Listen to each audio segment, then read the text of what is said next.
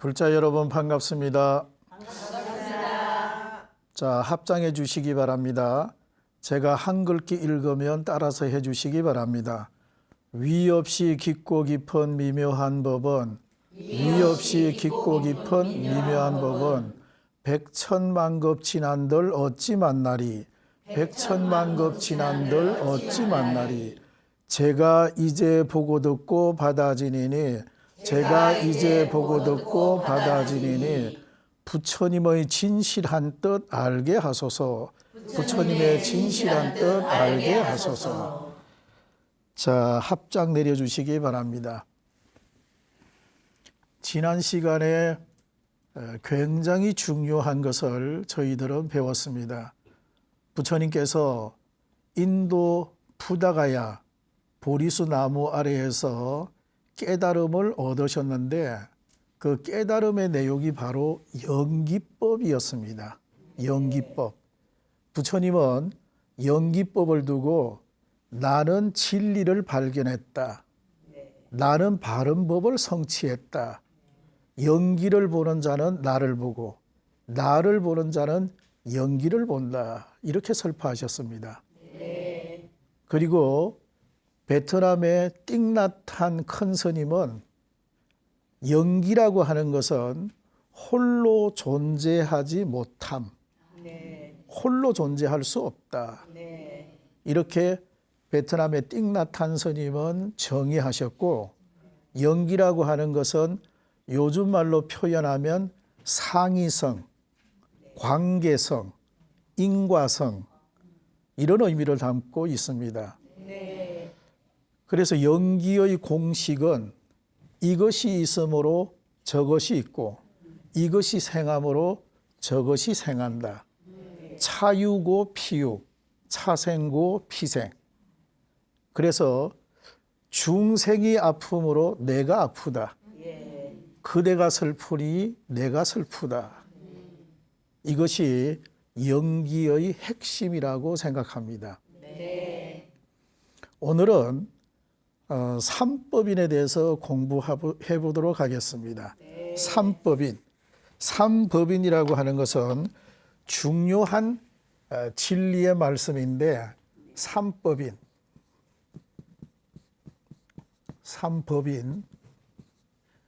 자, 세 가지 진리의 도장, 이게 도장인자입니다.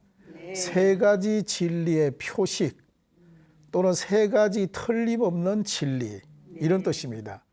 원래는 사법인이라고 하는데, 아무튼 삼법인이라고 하는 것은 제일 먼저 재행무상입니다. 재행무상. 존재하는 모든 것은 영원하지 않다 하는 첫 번째 명제고요. 두 번째는 일체계고입니다. 일체계고. 존재하는 모든 것은 일체가 모든 것이 다 괴롭다. 그런 뜻입니다. 일체계고. 존재하는 모든 것은 괴로움이다. 일체계고입니다. 세 번째는 뭐냐 하면 또 재범무아인데, 오늘은 열반적정에 대해서 세 가지만 공부하겠습니다. 열반적정. 열반적정입니다. 다음 시간에 재범무아에 대해서 공부해 보도록 하겠습니다. 열반적정.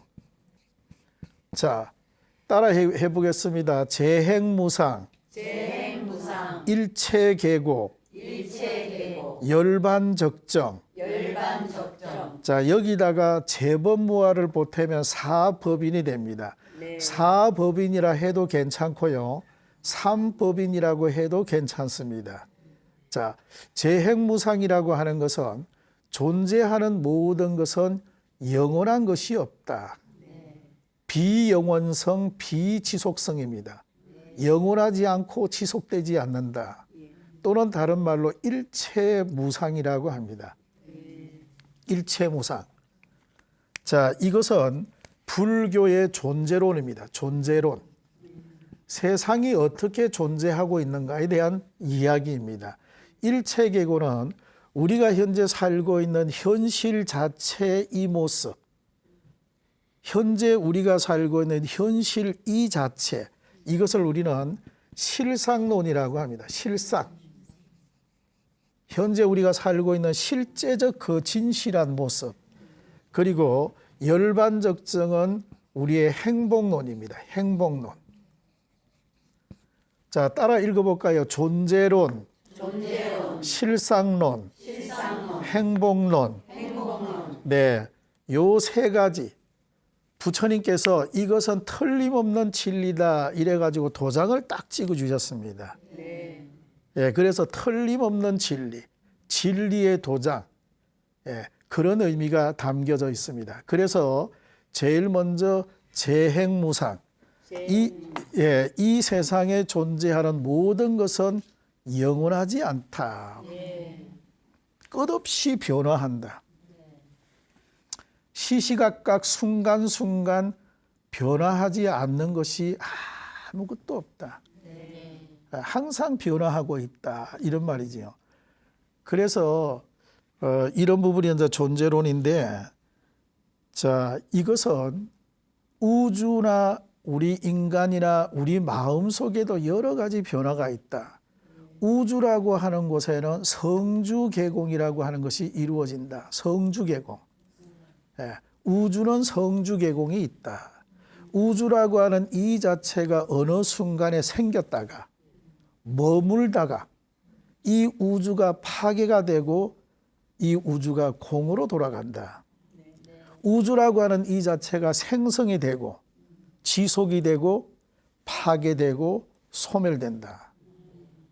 우주는 성주개공이 존재한다. 우리 사람이라고 하는 이 존재는 생로병사가 있다. 생로병사가 있다. 자, 사람은 태어나는 사람은 누구나 다 언젠가 늙게 된다. 늙게 되면 반드시 병이 찾아온다. 병이 찾아오면 반드시 사람은 죽는다. 병이 들어서 늙는 게 아니고요. 늙어야 병이 와요. 아직 안 늙어보셔서 모르잖아요.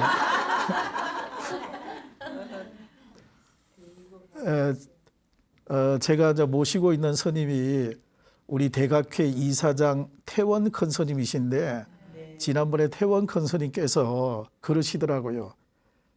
야, 부처님께서 정말로 말씀을 잘 하신 것 같다. 늙어지니까 병이 온다. 정말로 맞는 말이다. 한 번은 그 이사장 스님께서 그러시더라고요. 내가 늙어보니까 병이 온다. 그래서 이사장 스님께서 하시는 말씀이 병이 들어서 늙는 게 아니고 늙어지니까 병이 온다. 확실히 그게 맞는 것 같다. 이렇게 말씀하시더라고요. 그래서 사람은 생로병사가 있습니다. 또 우리 마음에는 생주이멸이 있어요. 생주이멸. 생주이멸이라고 하는 게 뭐냐면 우리 마음속에는 한 생각이 홀연 생깁니다. 그리고 그 한 생각이 머물러요.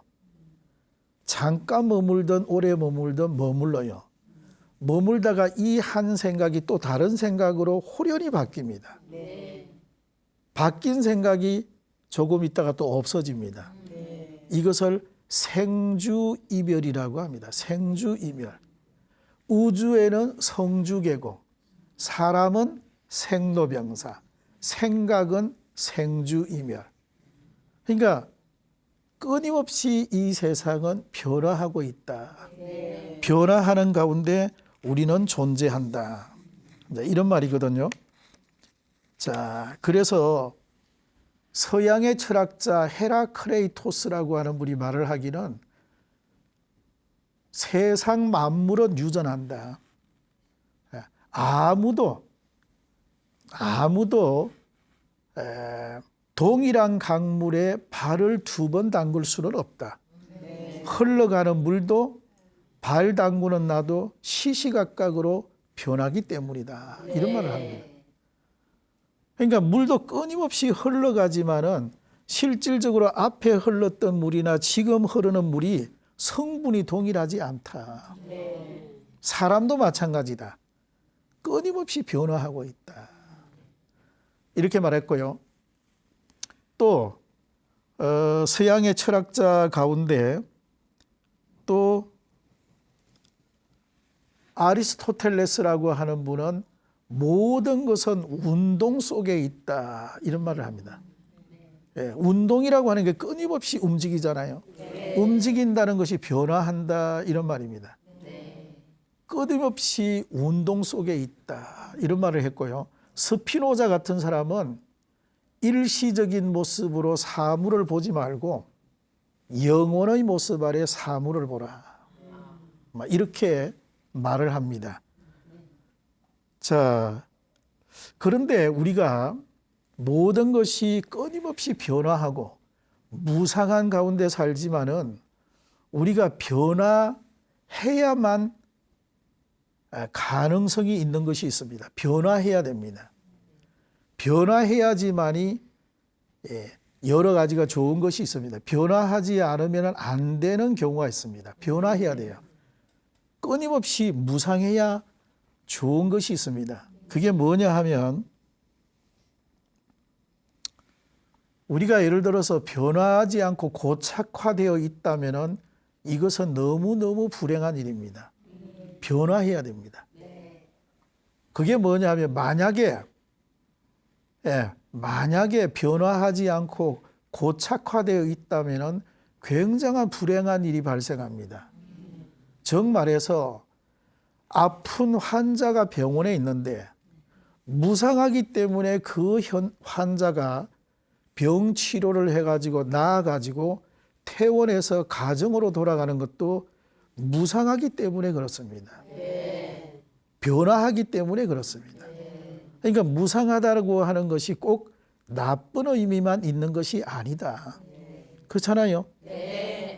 우리가 가난한 사람이 있는데 그 가난한 사람이 열심히 노력해가지고 부를 축적해서 부자가 되는 것도 무상하기 때문에 가능한 일입니다. 만약에 무상하지 않다면 가난한 사람은 영원히 가난할 겁니다. 그렇잖아요. 예. 또 병원에 있는 환자는 영원히 병원에 있어야 됩니다. 무상하기 때문에 그게 가능한 거예요. 또 공부하는 학생도 마찬가지 아니겠습니까? 처음에는 영어도 잘 모르는 학생이 공부를 많이 해서 나중에 대학 교수가 되는 것도 무상하기 때문에 가능한 거예요. 우리 어리석은 중생이 수행을 많이 하고 공부를 많이 해서 보살이 되고 부처님이 되는 것도 무상하기 때문에 가능한 것입니다. 그래서 무상이라고 하는 것, 이런 것들이 꼭 나쁜 의미만 있는 것이 결코 아니다. 아시겠지요? 그래서 우리가 불교의 제1명제가 재행무상입니다. 이 재행무상이라고 하는 가르침은 부처님께서 우리 중생들에게 우리의 살고 있는 이 현실 세계의 존재를 올바로 직시하라고, 현실이 어떻게 존재하고 있는가, 그 존재에 대해서 직시하라고 우리들에게 가르치는 그런 메시지다. 아시겠지요? 이렇게 보시면 되겠습니다.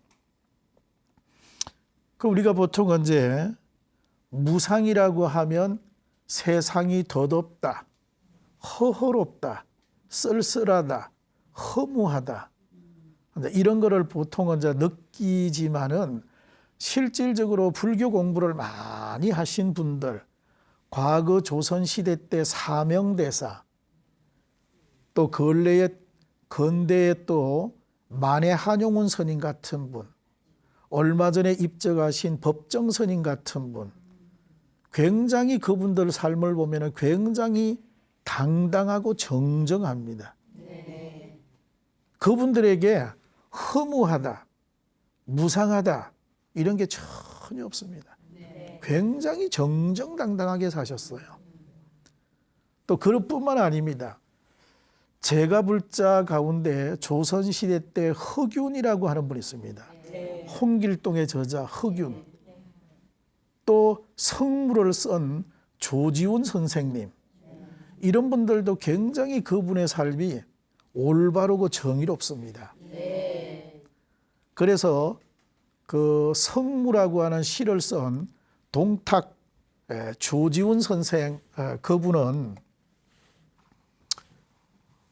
자기들 그 지인들과 모임을 가졌는데 한 번은 그 모임에서 지성인의 의지라고 하는 주제를 가지고 같이 이제 식사를 하다가 서로가 이제 논의를 했습니다.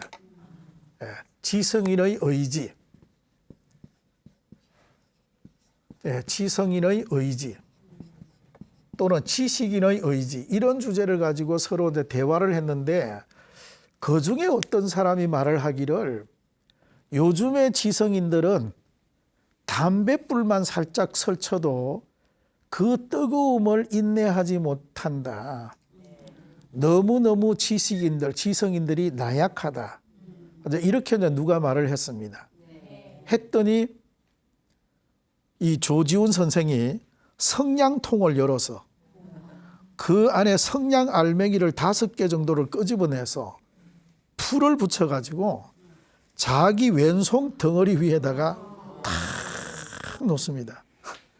얼마나 뜨겁겠어요. 얼굴 표정 하나 바꾸지 않고 가만히 있는 거, 이거 다 탈 때까지. 그리고 다 타고 나니까 앞에 있는 술을 한 잔 마시고 후 불어버리고 밖으로 나갔습니다. 조지훈 선생은 철저하게 불교 신자입니다. 자, 불교 신자로서의 뭐라 할까, 아주 올곧은 강직함을 보여주는 부분입니다. 자, 이 조지훈 선생은 그래서 평생에 여기 왼손 등에 거기 화상 자국이 있습니다. 그 정도로 그분이 강직한 분이고, 이 조지훈 선생이 1941년 이때 이분 나이가 21세였습니다. 예, 조지훈, 조지훈 시인이지요. 자, 그랬는데 이 21세 되던 이 해에 해화전문학교, 지금 동국대학교지요. 해화전문학교를 졸업하고 강원도 월정사로 찾아갑니다. 월정사. 아마 제가 생각할 때 월정사를 찾아간 이유는 그때 당시에 최고의 고성이 계셨는데 그분이 하남 큰스님입니다. 그 시대를 대표했던 우리나라의 최고의 고성이었습니다. 아마 그분으로부터 가르침을 받고자 월정사를 찾아가지 않았나, 이런 생각을 해봅니다. 그러면서 월정사에서 그분은 외전 강사로 있었습니다. 외전 강사. 불교 경전 외에 다른 거를 가르치는 강사. 예를 들어서 뭐 명심보감이나 또는 뭐 채건담이나 뭐 이런 거를 아마 가르쳤겠지요. 그래서 그 조지훈 선생이 월정사 앞에 팔각구청탑, 그 앞에서 찍은 사진이 있어요. 그때 흑백 사진이지요. 흑백 사진을 하나 딱 찍고 그 사진 뒷면에다가 우주의 환영이라고 하는 시를 하나 적었습니다. 우주의 환영. 우주의 환영. 이 환영이라고 하는 것이 껍데기, 거짓, 그림자, 이런 뜻입니다. 우주의 환영이라고 하는 시를 하나 적었는데 뭐라고 적었냐면 이렇게 적었습니다. 하나의 인생이 있어대, 본인을 말하지요.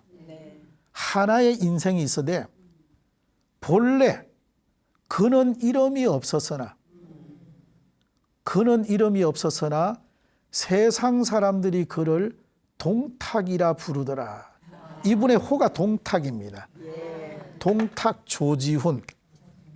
원래 이제 정곡이라고도 쓰는데 아마 이때는 동탁이라고 했던 모양입니다. 하나의 인생이 있으되 그는 이름이 없었으나 세상 사람들이 그를 동탁이라 부르더라.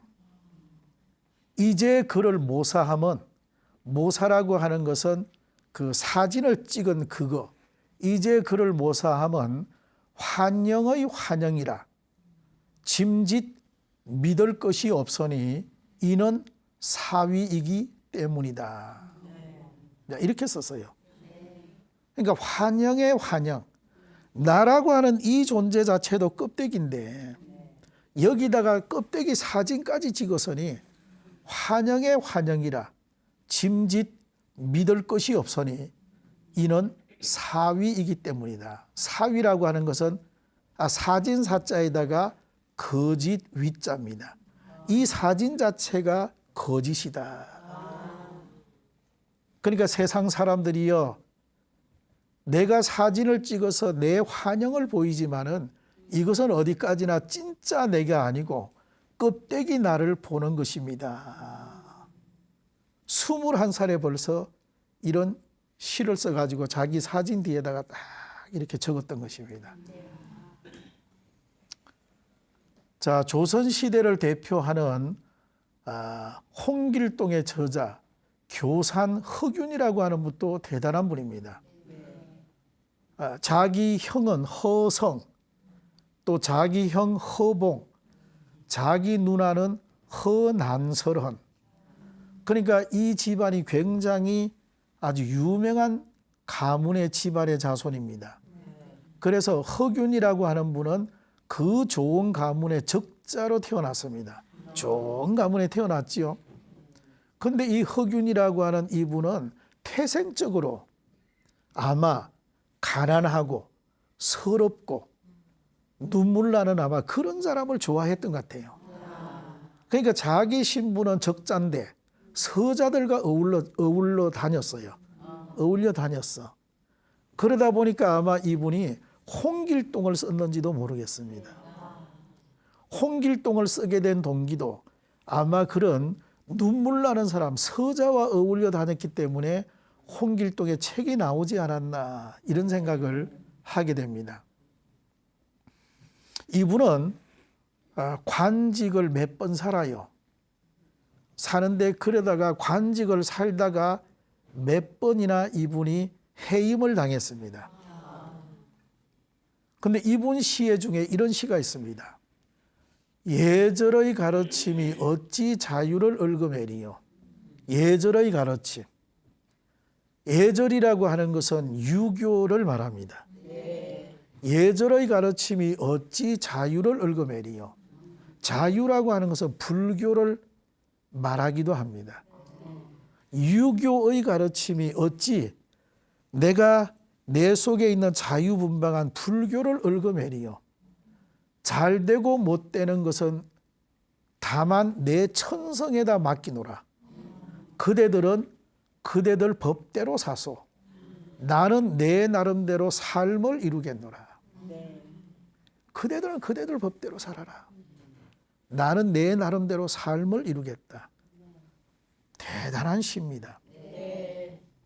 왜 제가 대단하다 붙이느냐 하면 그 시절에는 유교 학문, 특히 주자 학문을 해야지 되지, 주자 학문을 하지 않으면 요즘 말로 하면 왕따를 당했어요.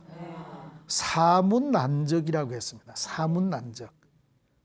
그랬던 시절에 이분은 유교도 했고 불교도 하고 도교도 하고 아주 자기 중심이 반듯한 사람입니다. 네, 자기 정체성이 아주 올곧은 사람입니다. 예절의 가르침이 어찌 자유를 얽어매리요. 잘되고 못되는 것은 다만 천성에다 맡기노라. 그대들은 그대들 법대로 사소. 나는 내 나름대로 삶을 이루겠노라. 대단하지요? 네. 대단한 사람입니다.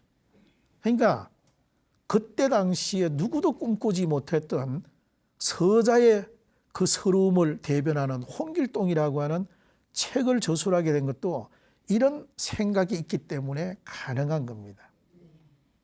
그러니까 우리가 이 홍길동의 이 저자 이 허균을 보면 그런 여러 가지 생각을 가지게 됩니다. 그래서 이분은 관직 생활을 했는데 관아에다가 자기가 살고 있는 관아에다가 부처님을 모시고 조석으로 예불을 했어요. 예불을 했습니다. 자, 관아에 불당을 모시고 예불을 올렸던 분이 바로 허균입니다. 그랬더니만은 이웃에 있는 다른 고장에 살고 있는 현감이 그 소식을 듣고 임금님에게 상소문을 적어 올려가지고 허균이 그 관직에서 파면되고 해임됩니다. 쫓겨나요. 허균 일생에 보면은 쫓겨나는 부분이 몇 번 있습니다. 부처님 섬겼다고. 근데 허균이 자기 그저 문집에 보면은 내가 쫓겨나는 것은 하나도 두렵지 않으나 내가 아직까지 고기 먹지 않고 내가 술을 먹고 고기 먹는 거 끊지 못하는 것을 부처님께 죄송하게 생각한다. 이렇게 적어놨어요. 이 정도 해야지만이 우리는 불자다. 나는 불교 신자다. 대단한 분이죠. 허균이야말로 우리 조선시대 때 제가불자 가운데 가장 참 지성을 보인, 제가불자로서의 지성을 보인 그런 분이다. 이런 생각을 가져보게 됩니다. 이번에 두 번째 주제는 일체계고입니다. 일체계고라고 하는 것은 불교의 실상론입니다. 그래서 이 세상이 그 살고 있는 우리들의 현실 그 모습을 실상이라고 합니다. 실제 살고 있는 이 모습 그대로. 그런데 우리가 살고 있는 이 세상은 그렇게 녹록하지가 않습니다. 그래서 부처님께서는 일체계고라고 했습니다. 존재하는 모든 것은 괴로움이다. 왜 괴로움이냐? 내 마음대로 안 되기 때문에 괴로움입니다. 그래서 부처님께서는 일체는 무상하고 일체는 괴로움이고 일체는 무아이다. 이렇게 아함경에서 말씀하셨습니다. 자, 우리가 물론 즐거움도 좀 있어요. 즐거움도 있지만은 그것은 어디까지나 일시적입니다. 괴로움이라고 하는 것은 늘 우리 곁에 따라다닙니다. 그래서 불교에서는 사고와 팔고라고 합니다. 사고, 네 가지 괴로움 이런 뜻입니다. 자, 따라해 봅니다. 사고. 자, 이것을 근본사고라고 합니다. 근본으로 가지고 있는 네 가지 고통, 그런 말이지요. 자, 따라해 봅니다. 근본사고. 자, 근본사고가 뭐냐면 생로병사입니다. 생로병사. 자, 사람이 태어나면 늙고, 늙으면 병이 들고, 병이 들면 죽는다. 자, 이 생로병사가 우리 사람이 가지고 있는 근본 네 가지 괴로움, 근본사고라고 합니다. 자, 제가 아까도 말씀드렸지만 사람은 태어나면 반드시 늙고, 늙은 사람은 반드시 병이 들고, 병든 사람은 반드시 죽는다. 이런 말을 제가 했습니다. 자, 이렇게 했는데 모두가 이제 인생에 태어납니다. 태어나는 것이지만은 서가모니 부처님께서도 당신 태어나신 지 7일 만에 어머님께서 돌아가십니다. 그러니까 부처님께서도 당신 살아가면서 어머님 얼굴을 한 번도 자기는 보지 못했습니다. 그러니까 서가모니 부처님도 아마 당신 가슴 속에 얼마나 그 어머니에 대한 간절한 그리움이 있었겠습니까? 사람은 말이지요, 태어나서 한 55세 전후가 되면은 흰머리가 납니다. 사람마다 좀 다르겠지만은 흰머리가 내가 보니까 한 55세 정도 되면은 흰머리가 나는 것 같아요. 사람 나이가 60이 되면은 사람이 몸이 아파요. 몸이 아파요. 그리고 61세가 되면 한갑이지 않습니까? 과거에 60갑자를 왜 만들었냐 하면 옛날 사람들 인생 수명은 60까지였습니다. 수명이 원래 60까지였어요. 그래서 60갑자를 만들었습니다. 그러니까 우리가 61세 이후로는 우리는 사실은 공짜로 사는 거야. 공짜. 선물로 받은 겁니다. 선물로 받았어요. 그러니까 61세가 넘으면 우리는 정말로 공짜로 선물로 받은 삶입니다. 그러니까 우리는 굉장히 보람되게 살아야 된다. 아름답게 살아야 된다. 공짜 인생을 정말로 내가 잘 살아야 되겠다. 그러니까 얼마나 그게 중요하겠습니까? 자, 이렇게 가지고 이제 생로병사가 있습니다. 그 다음에 또 네 가지 고통이 있는데 이 앞에 사고에서 네 가지를 더 보태가지고 팔고라고 합니다. 이것은 인생 팔고 이렇게 부릅니다. 인생 팔고. 자, 따라 해봅니다. 팔고, 팔고, 팔고, 팔고, 팔고, 팔고. 예, 생로병사 네 가지에다가 네 가지를 더 보태면 팔고가 됩니다. 그 네 가지가 뭐냐면 첫 번째가 애별이고입니다. 애별이고, 리고 해도 되고 이고 해도 되고, 애별이고, 원정해고, 원정해고, 그 다음에 구부덕고, 구부덕고, 구부덕고, 그 다음에 오음성고, 오음성고, 이래가지고 생로병사에다가 네 가지를 더 합해서 팔고가 되는 것입니다. 자, 따라해 봅니다. 애별이고, 애별이고, 원정해고, 원정해고, 구부덕고, 구부덕고, 오음성고, 오음성고. 네, 이래가지고 함께 팔고라 합니다. 인생 팔고.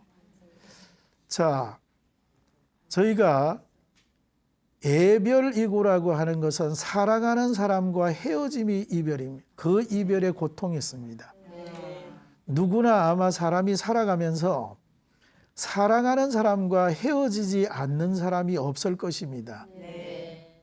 나의 부모님이 돌아가시는 것, 또 나의 가족 중에 어떤 사람이 이별하고 돌아가시는 것.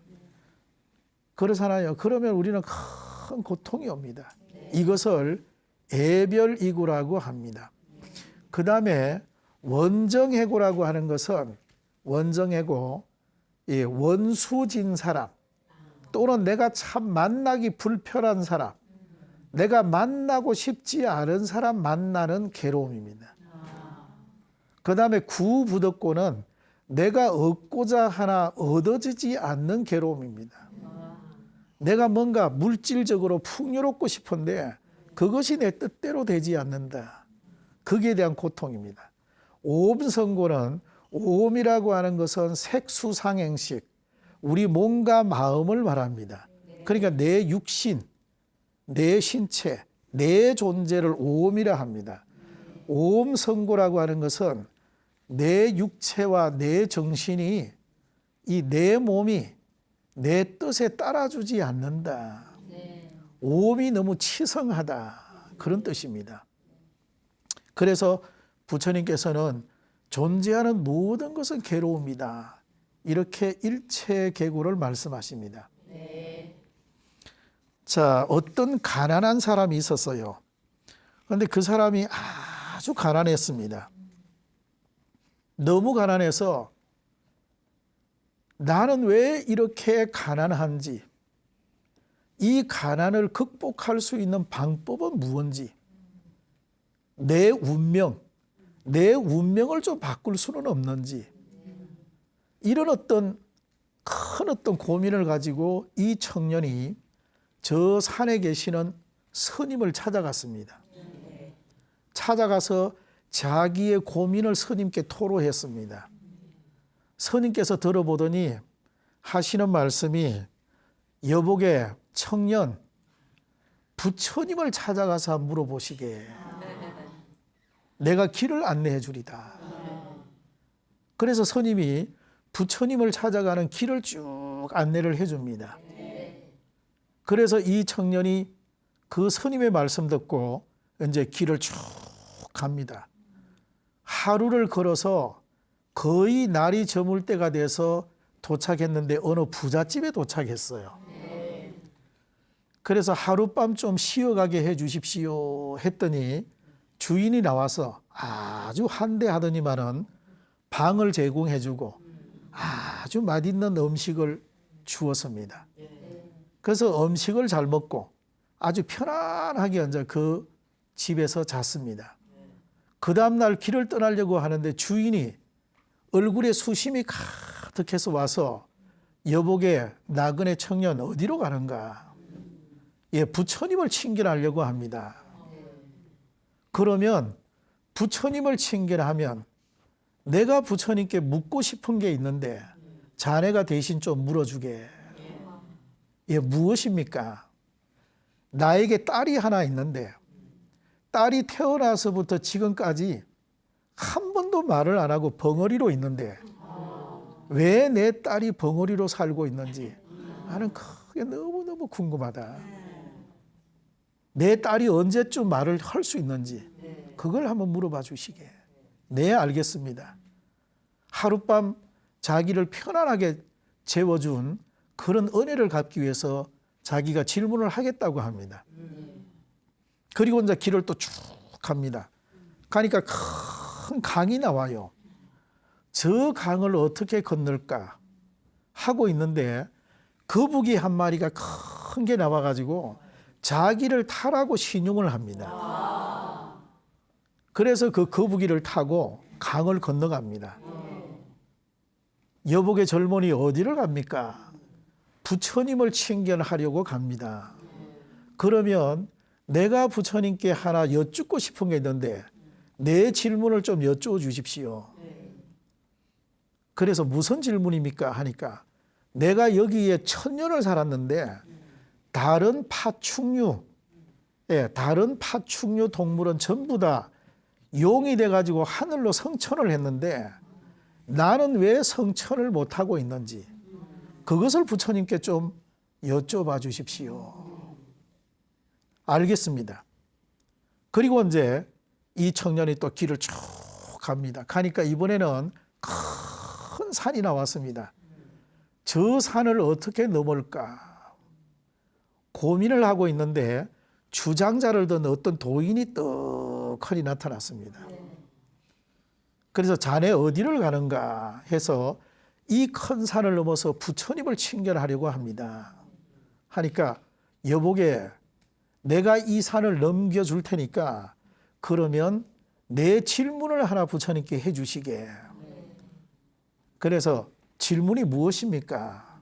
이렇게 하니 그 도인이 하는 말이 나는 왜 아직 열반에 들지 못하고 여기에 있는지 어떻게 하면 열반에 들 수 있는지 그것을 한번 여쭤봐 주시게. 그래서 그 사람은 이 주장자가 있는데 이 주장자는 한번 이렇게 쿡 눌리면 이 하늘을 나는 주장자가 돼가지고 단번에 그 큰 산을 넘어갈 수 있는 하늘을 나르는 주장자입니다.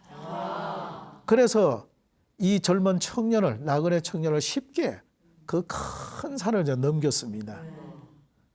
자, 그래서 넘어가서 드디어 청년은 길을 가서 서가모니 부처님을 친견합니다. 자, 부처님을 뵙고 친견을 쫙 하고 이제 절을 3번 하는데, 자, 부처님께서 말씀하시기를 그대 청년이여 먼 길을 오느라고 너무너무 고생했다. 그러지만은 나에게 그대가 질문을 하려면은 딱 3가지만 해라. 3가지만 해라. 자, 청년이 가만 생각을 해보니까 자, 자기를 하룻밤을 재워주고 자기를 강을 건너게 해주고 또 자기에게 큰 산을 넘게 해준 이 3사람의 질문을 하고 내 것을 포기해야 되겠다. 자, 이 청년이 자기 것을 포기를 함으로 해서 위대한 반전이 일어납니다. 반전이 일어나요. 인생은 반전이 필요합니다. 반전이 어떻게 오는가? 내 것을 포기하는 것입니다. 내 것을 포기해요. 자, 이거 쉬운 일이 아니잖아요. 부처님을 만났는데 친견했는데 3가지만 질문을 하라 하니. 그래서 자기 것을 포기합니다. 서가모니 부처님도 서양의 불교학자들은 위대한 포기자라고 합니다. 부처님을 위대한 포기자 이렇게 부릅니다. 포기를 하니까 반전이 일어난 거예요. 이게 아주 중요한 의미가 담겨 있습니다. 자, 그래서 부처님께서는 그 3가지 질문을 아주 명쾌하게 해드립니다. 그리고 이 청년은 부처님께 절을 하고 길을 떠납니다. 도인을 만났습니다. 여보게 청년, 내가 어떻게 하면 열반에 든다 하던가. 이 청년이 말을 하기를 지팡이를 버리면 열반에 든다 합니다. 아, 그래? 지팡이를 청년에게 줘요. 그리고는 바로 그 도인이 자탈인망을 합니다.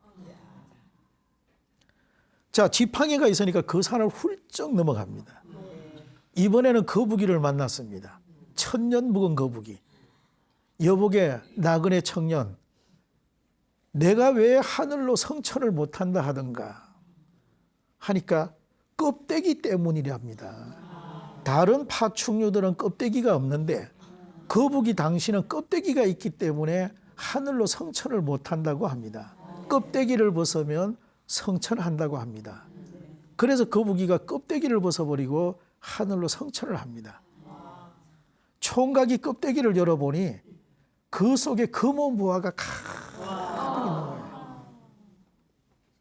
그래서 지팡이를 들고 검은 보화를 가지고 이제 하룻밤을 재워준 집을 찾아갑니다. 찾아가서 대문을 두드리니 주인이 나옵니다. 여보게 젊은이, 그래, 내 질문을 했는가? 예, 했습니다. 부처님께서 뭐라고 하시던가? 대개 따님은 원래 성품이 강직해서 결혼 상대자가 나타나면 말문을 연다고 합니다.